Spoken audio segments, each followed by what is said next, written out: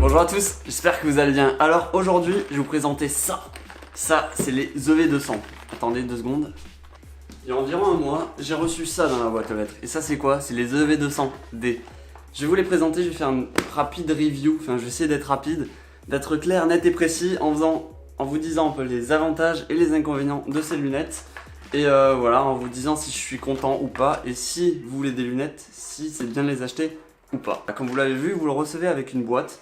Comme ça, vous l'ouvrez et à l'intérieur, c'est une espèce de petite sacoche pour protéger vos lunettes. Comme ça, tu mets tes lunettes, tu les mets dans ton sac et ça craint rien du tout. Parce que c'est en fait, c'est une coque mi-dure, mi-molle. Parce que c'est un peu du tissu, mais un peu avec une coque. Lourd. Tac, tada. Bon, en fait, je les ai utilisés. C'est pas très bien rangé. Ça, c'est un câble HDMI, mini HDMI, je crois que ça s'appelle comme ça. C'est pour brancher directement à votre PC pour jouer au simulateur. Je vous montrerai vite fait après comment je fais. Mais c'est génial parce que tu peux jouer au simulateur avec ça et avoir l'écran du simulateur quoi, dans les lunettes. Vous avez ça, c'est une mousse de rechange. Vous avez une batterie. Une batterie, ça c'est 1800 mAh en 2S. Vous avez un petit chiffon que je n'ai toujours pas utilisé. Et vous avez une espèce de petit câble classique pour les téléphones, un micro USB. Oui, il y a un truc important qui manque. Purée, je suis un boulet. Je les ai mis où? Bon, vous avez celui-ci et celui-ci. La seule différence, c'est que là, vous avez une espèce d'ouverture si vous voulez mettre des récepteurs avec des écrans. Voilà, ce qui n'est pas le cas avec les récepteurs de base des lunettes. Vous voyez, parce que vous avez vos lunettes là. Bon, moi j'ai mis un petit sticker, s'il n'y est pas à la base, ça fait ça. Ça peut faire... en fait, ça fait mieux fini, ça fait plus joli. Mais moi, personnellement, ça me saoule. Enfin, du coup, je l'enlève et je le mets pas. Ouais, bon, maintenant, je suis sérieux. Là, j'ai voulu faire vraiment une review complète, essayer de pas oublier des choses. Donc j'ai mis les plus et les moins. On voit qu'il y a pas mal de plus, mais il y a quelques moins aussi, je vais vous en parler. Là, sur vos lunettes, vous avez vos écrans en fait ajustables. C'est comme ça pour toutes les lunettes, il me semble. Et justement, sur ces lunettes, comme sur les lunettes haut de gamme, par exemple sur les Fat Shark, vous avez la possibilité de mettre des petites lentilles si vous devez vous corriger tout simplement la vue. Voilà, des petites lentilles. Si vous portez des lunettes, en gros, vous mettez des petites lentilles spéciales et ça corrige votre vue. En fait, ce qu'il faut savoir, c'est qu'un objet, en général, les mecs qui font l'objet, ils le créent justement pour remplir une fonction principale ou plusieurs fonctions principales. Et après, vous avez des fonctions secondaires. Sur ces lunettes, en fait, il y a des fonctions principales et secondaires. Les fonctions principales sont vraiment bien résolues, je trouve. Je trouve vraiment bien résolues. Et il y a des fonctions secondaires qui le sont un peu moins. Et c'est justement dans ce quoi ces lunettes pêchent. Dans la fonction principale, vous avez l'écran. Essayez de bien voir, donc c'est-à-dire le FOV. Vous avez un grand FOV, vous avez 42 degrés de FOV, donc je trouve que c'est un bon compromis justement entre écran trop grand et écran trop petit parce que vous voyez tout l'écran net, enfin pour ma part, hein, tout l'écran net et il est vraiment très grand. Je pense que si on fait plus grand, après on risque de voir les côtés flous un peu avec le problème qu'on a avec les HDV2. Niveau qualité d'image sur les écrans, on est sur du HD, tout simplement HD. C'est pas ce qu'on a comme image, nous on reçoit pas de l'image HD. Mais si vous faites du simulateur sur votre PC, vous pourrez recevoir une image HD. Donc c'est vraiment cool, la qualité est juste trop bien, trop bien. Et sur l'affichage de l'image, vous pouvez aussi voir en 2D comme nous on utilise, mais aussi il y a un mode 3D pour peut-être voir des films ou je sais pas, ou peut-être que dans la FPV ça va venir avec une espèce d'objectif, une espèce de caméra avec 2 objectifs pour nous permettre de voir en 3D.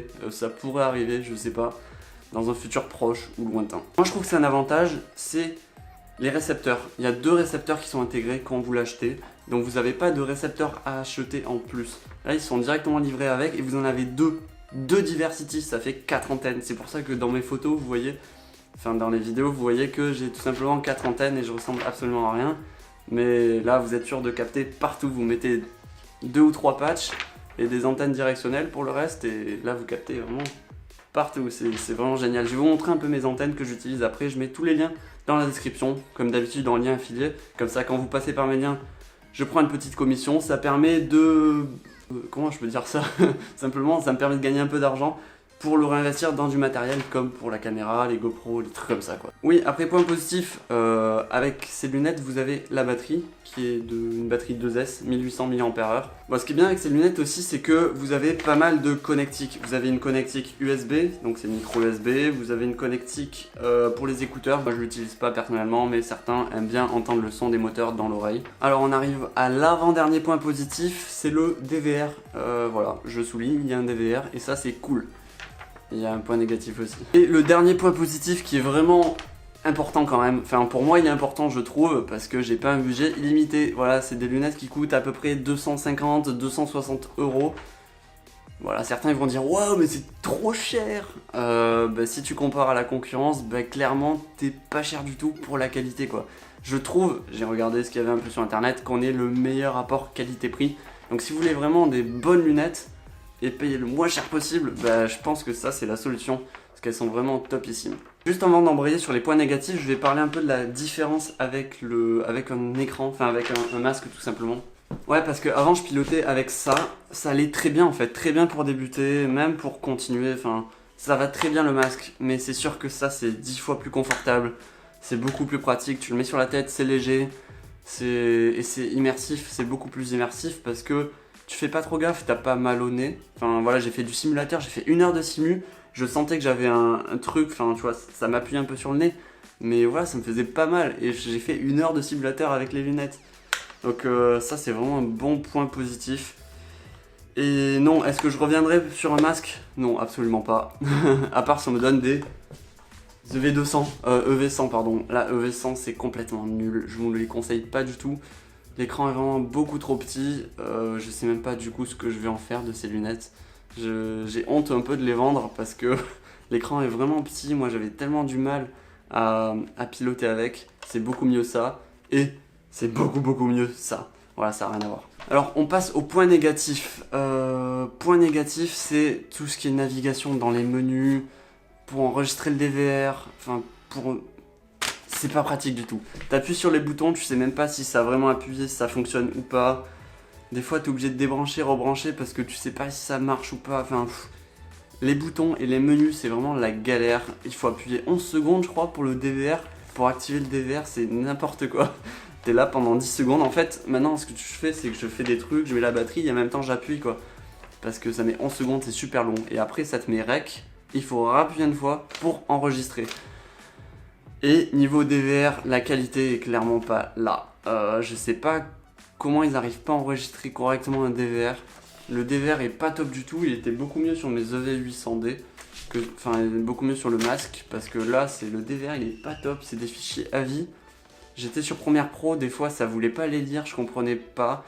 Donc niveau DVR, ça c'est point négatif, il y en a un, mais tu sais, c'est galère à enregistrer, tu sais pas si au final tu pourras les lire, enfin voilà, c'est point négatif. Autre point négatif que je trouve qui est, moi qui me dérange pas personnellement, mais que c'est dommage. Alors je sais pas si c'est parce que c'est ma paire de lunettes, mais là, je sais pas si vous avez remarqué, il y a un petit écran ici, fan 0,1.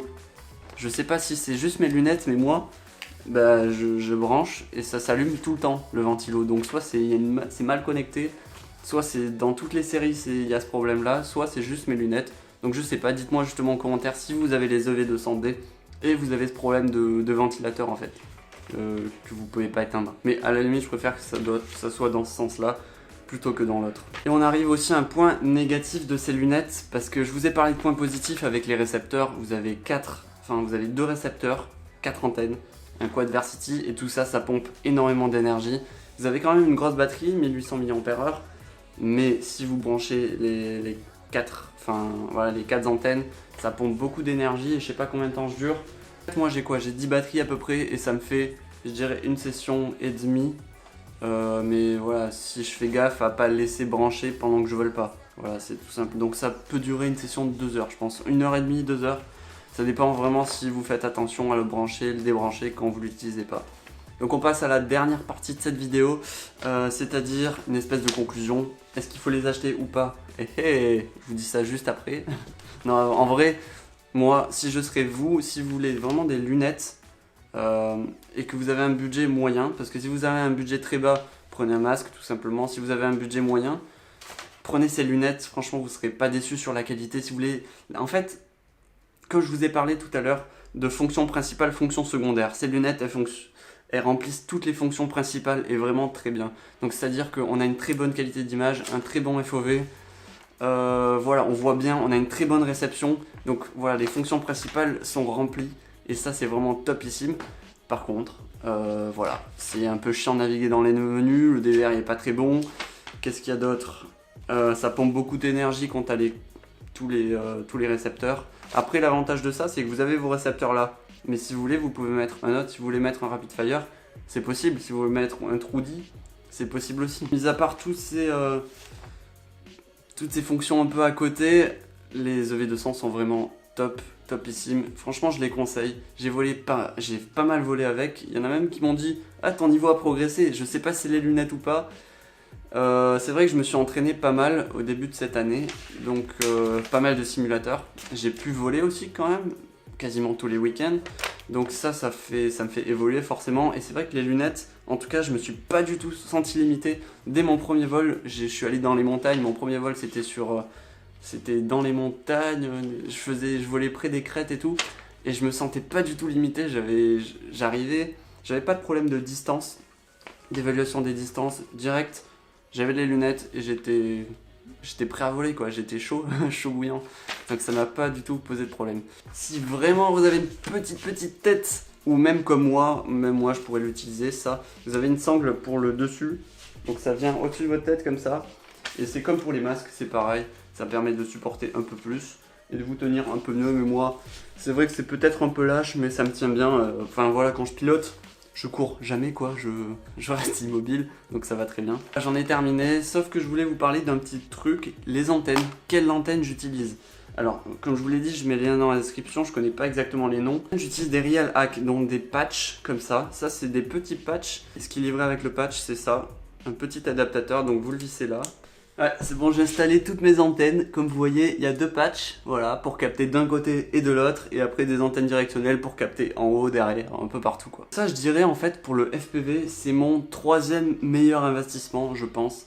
Après le simulateur, voilà, qui coûte 20 balles, et ça c'est vraiment le meilleur investissement. Je crois que tu peux pas faire mieux en FPV parce que c'est hyper bien rentabilisé. Après, deuxièmement, je dirais que c'est la radiocommande.